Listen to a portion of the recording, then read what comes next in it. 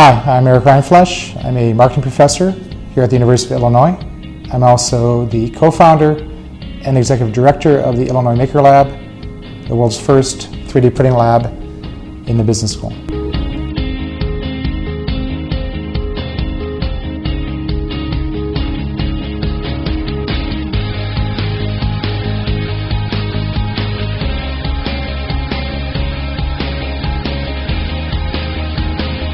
So one thing I found as a marketing professor, and I've been teaching marketing for over 20 years, is that most students today, especially most business school students, don't make things. They buy a lot of things, but they don't make things. So if I ask my students, what would you like to buy, they can usually think of something. A new car, perhaps a new purse, or some new clothes or a watch. But if you ask the same students, what would you like to make, they have a hard time thinking of anything because people don't make things anymore. And part of the reason for that is because over the past nearly 100 years, the tools for making have been largely controlled by large companies. So things that we buy are usually made in a faraway place using a process we haven't seen by people that we don't know.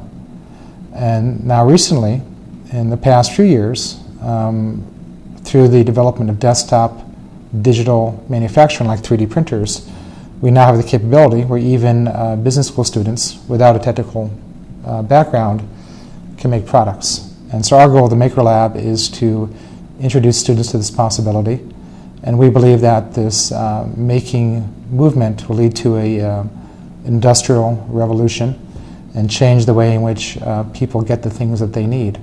So rather than going to a store to buy it, more people will be able to make the things they need and avoid the entire, almost the entire marketing process. And as a marketing professor, that's a revolutionary idea, and we're trying to understand it ourselves, but also get students ready for this new reality that they'll soon be facing in their careers. So the idea that we, first of all, exist and that we're able to sustain our operations for 4 years is something that we're very proud of. And also the fact that we're able to serve so many people. So in our 4 years, we've literally touched thousands of people around the world through the students who come in every day, walk in and print something in our lab. We also have educational offerings, and we have courses that we teach and workshops here physically at the University of Illinois.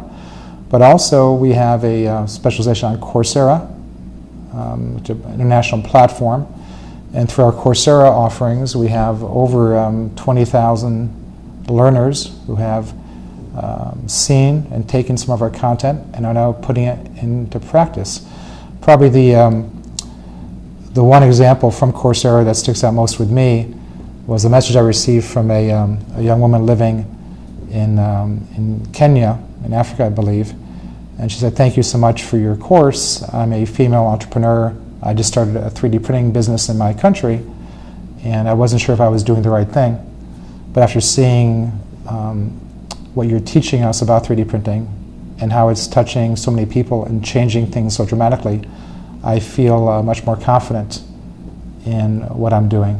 So that's always nice to hear that you're able to reach people, not just here in Champaign, Illinois, but throughout the world, and turn them on to the power of this new technology. Here in our 4 years of existence at the Illinois Maker Lab, we've launched a number of initiatives. For example, our Coursera offerings, something that we're very proud of. But probably at least for me, the most satisfying thing that we do is reaching out to children, to very young people.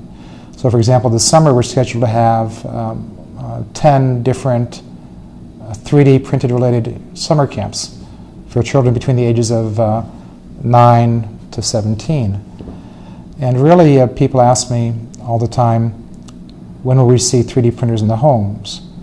And I think we're just a generation away, that this generation, those 9 to 12-year-olds who are seeing 3D printing when they're in school, they'll be asking for it and demanding it in colleges and universities.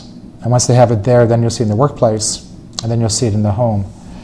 So we really feel proud of the fact that we're educating this next generation, and that will really be the folks in 10, 15 years from now that will bring 3D printing mainstream and into the home.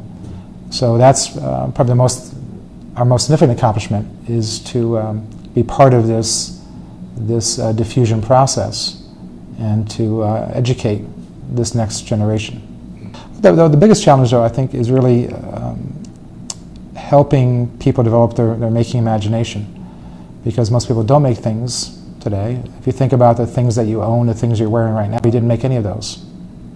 Someone else made those. Those were someone else's ideas that you happen to like.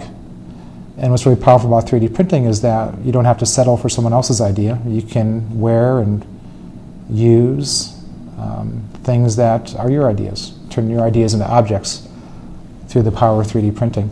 So our biggest challenge is we have a lot of people who come to the lab and we'll demonstrate 3D printing for them through a workshop or a seminar or a class.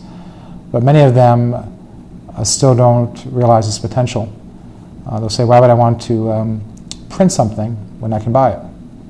So that's our biggest challenge, is opening that maker imagination. And the answer there that we gave as well is true. Maybe you could buy a whistle or a bottle opener rather than making one.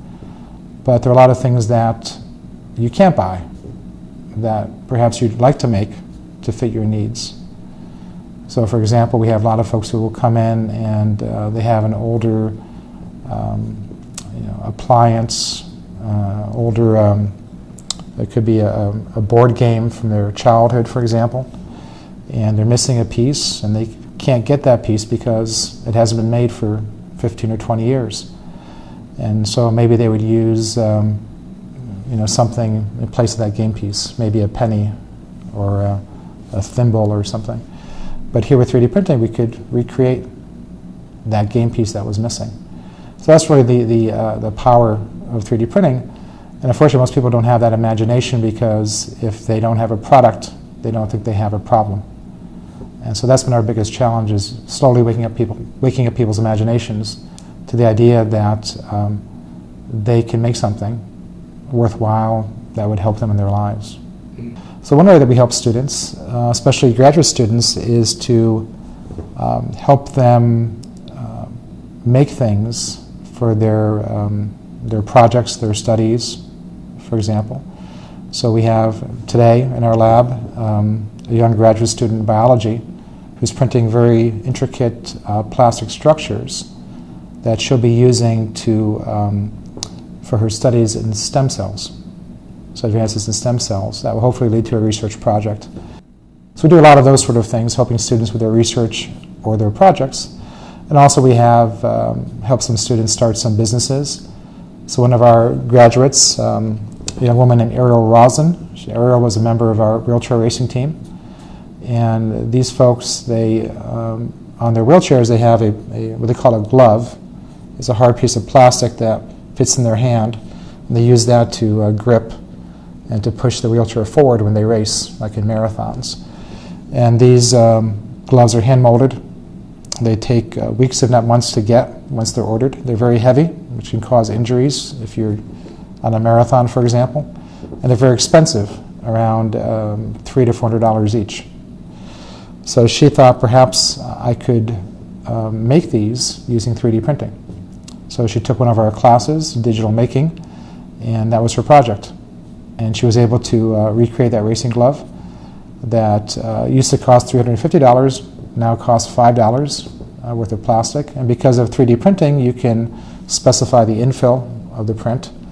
And so rather than making it solid as the old gloves, she was able to make it mostly hollow. So in addition to being cheaper, it was lighter and caused less injury when she had a race, so she could perform better. So one of the questions we often get is, how can I learn about 3D printing? Well, there are a number of ways. The best way, and the way that I did it, was just to buy a 3D printer and start playing with it. Now, I bought my first 3D printer in 2010, and that was a kit I had to assemble and put together. I learned a lot from that process of making the printer. So That's my recommendation. If you can afford it, is to buy a 3D printer. In fact, you can buy a kit. Some of the popular ones are Ultimaker Original. You can purchase for around $1,000 or less. PrinterBot is another company, has a cheaper version. Now, if you can't afford to get a printer, you can also learn by taking a look and try out someone else's printer. So many universities have 3D printing labs. You can search online if your local university has one. Here in the US and perhaps also in China, a number of libraries are getting 3D printers. There's a chance that your local library may have one or more, so check your library.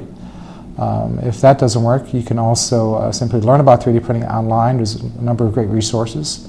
So for example, Ultimaker has a great forum and a set of videos about 3D printing. 3D Hubs out of Amsterdam in the Netherlands has some great information about 3D printing. Our own Coursera specialization on 3D printing. You can get all the videos for free. You just have to create a Coursera account, which costs nothing, and you can see all of the content. You won't be able to do the lessons, but you can get all of the content for free. So those are some ways you can learn about 3D printing. So as we know, education is very important today. It's always been important. But now we have a variety of ways in which people can learn.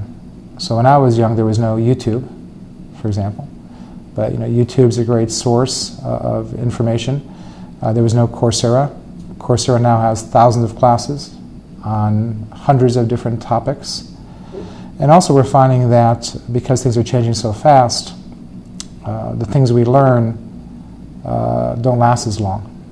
We need to constantly upgrade and learn new things.